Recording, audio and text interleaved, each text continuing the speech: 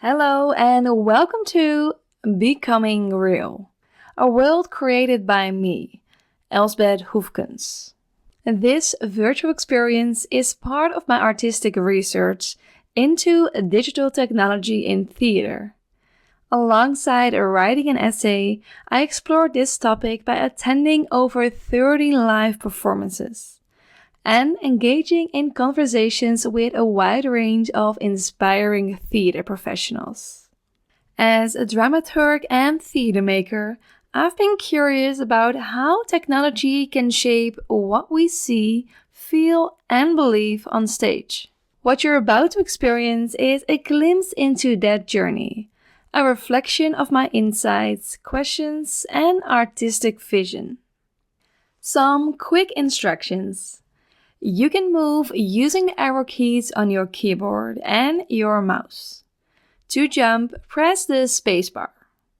As you move forward, you will eventually come across two arrows pointing in opposite directions. That's your moment to choose your path. Follow whichever direction feels right and enjoy the journey. Can you remember a moment when a robot appeared on stage and suddenly everyone's eyes were fixed on it? Or maybe it was an avatar or an impressive interactive projection. There is this kind of electricity in the air, a sense of what is it going to do next? As puppeteer and director Iris Meinhardt mentioned, digital technology is like a dog on stage. Everyone watches it. Curious. Your reason might be for using technology in performances, whether it's to expand time and space, generate new images and worlds, or explore new ways of storytelling. I'd like to offer a hopefully helpful and inspiring approach. A double materiality approach to technology. What does that mean? Well, it means, as director Tobias Klett highlighted,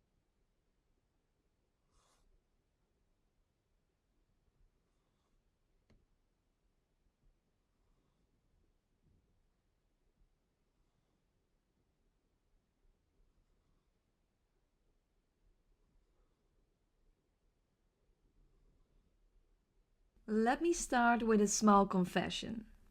I was attending the Transmediaal Festival, a yearly gathering for art and digital culture in Berlin. And at one point between lectures, I found myself inside a small cabin. It reminded me of an old telephone booth, closed off and intimate. I was participating in A Chorus of Tongues, an audio installation presented by Haus der Kultur. 33 performances in 8 different theaters from 27 different makers, 26 with some form of digital technology. None of them.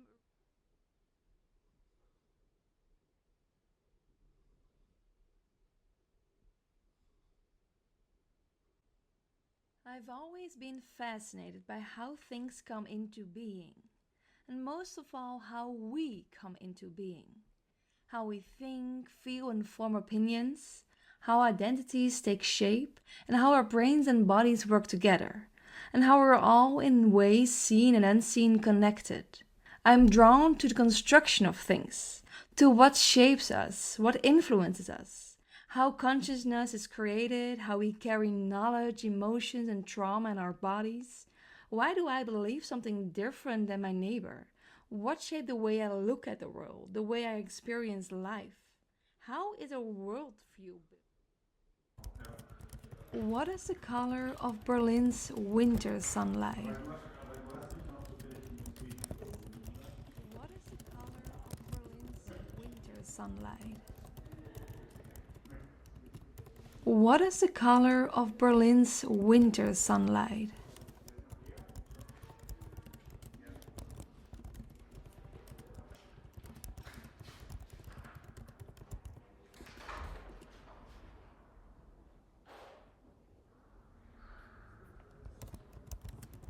color of Berlin's winter sunlight. What is the color of Berlin's winter sunlight?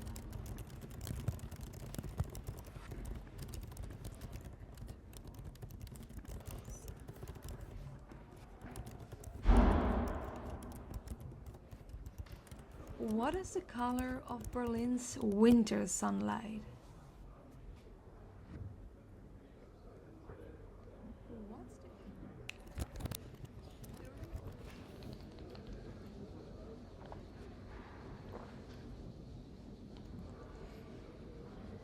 Digital is dead. That was the name, both with a question and exclamation mark, of the event organized by performance group Out of the Box and the Lab for Digitality at the Ernst Busch University.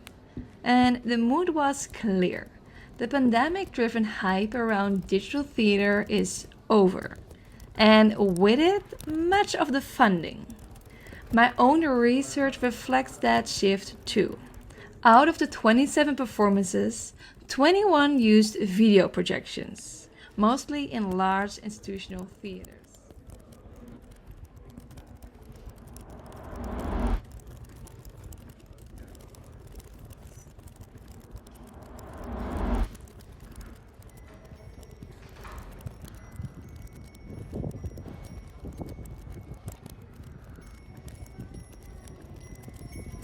Isn't it comfortable to recognize something? To understand it and to say, I know you. You feel like a good old friend. One that I already know since primary school.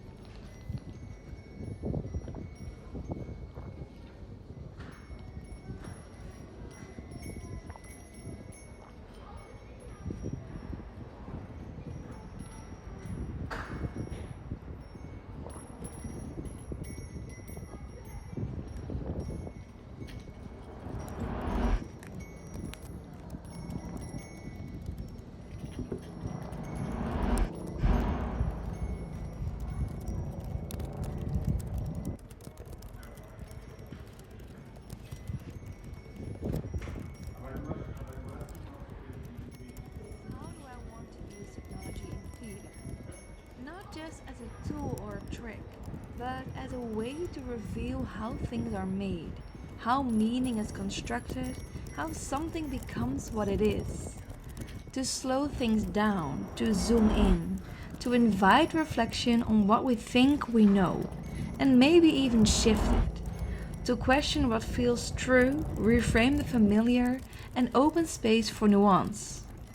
Because sometimes it's not about confirming what we believe, but about unlearning, reconsidering, and looking again. And there's something else too. Technology isn't neutral. It shapes us just as much as we shape it.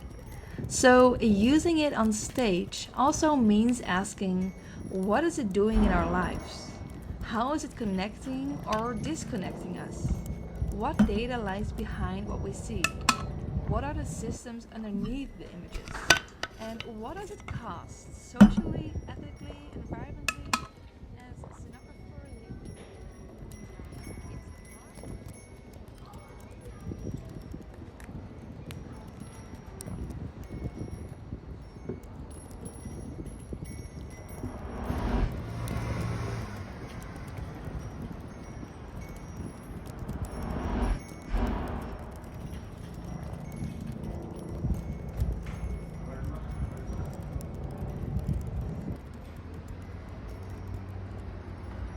It's not easy to walk around something, zooming in and out, to tilt your head and wondering, like really wondering, do I truly know you?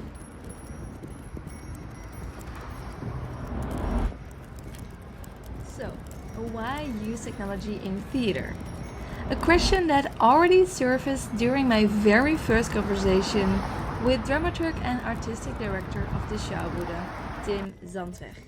Well, because it allows us to stretch time and space, to generate images, build new worlds, invent new narratives, and create immersive or interactive forms of storytelling. Let's talk about the power of visualizing the imaginary.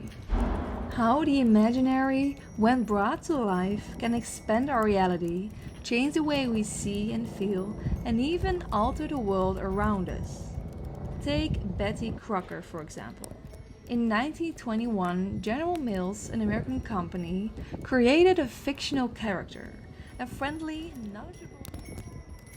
So, where the other reason is about creation, this one is about reflection, because theater doesn't just use technology, it also offers a space to question it, to explore how it works, how it shapes us, and how our physical and digital lives are constantly overlapping.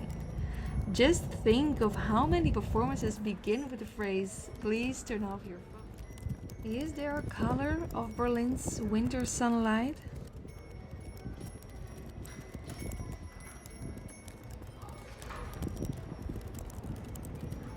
What is the color of Berlin's winter sunlight?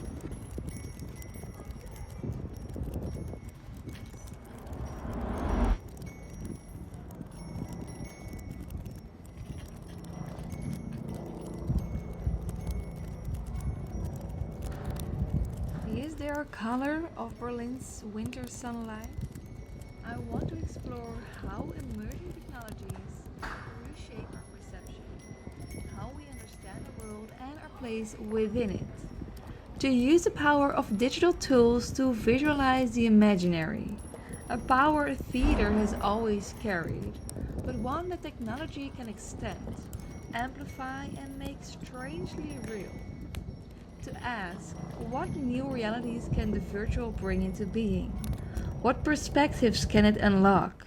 How can it help us to rethink what we take for granted? Which dog do you choose? I want to build spaces that hold both critical reflection and wonder, worlds that invite connection, but also allow for friction, confusion, and discomfort.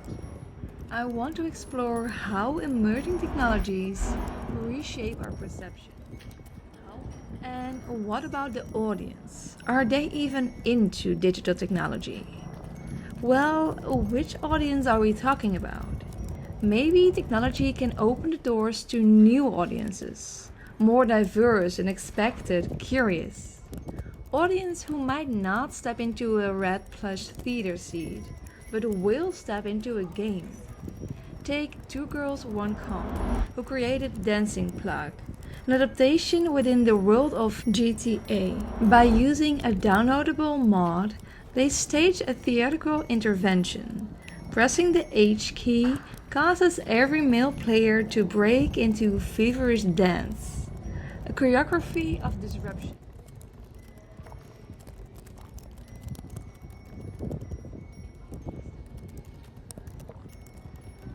Whether you've just begun or reached the very end of this experience, I want to take a moment to thank those who supported and inspired me throughout this research.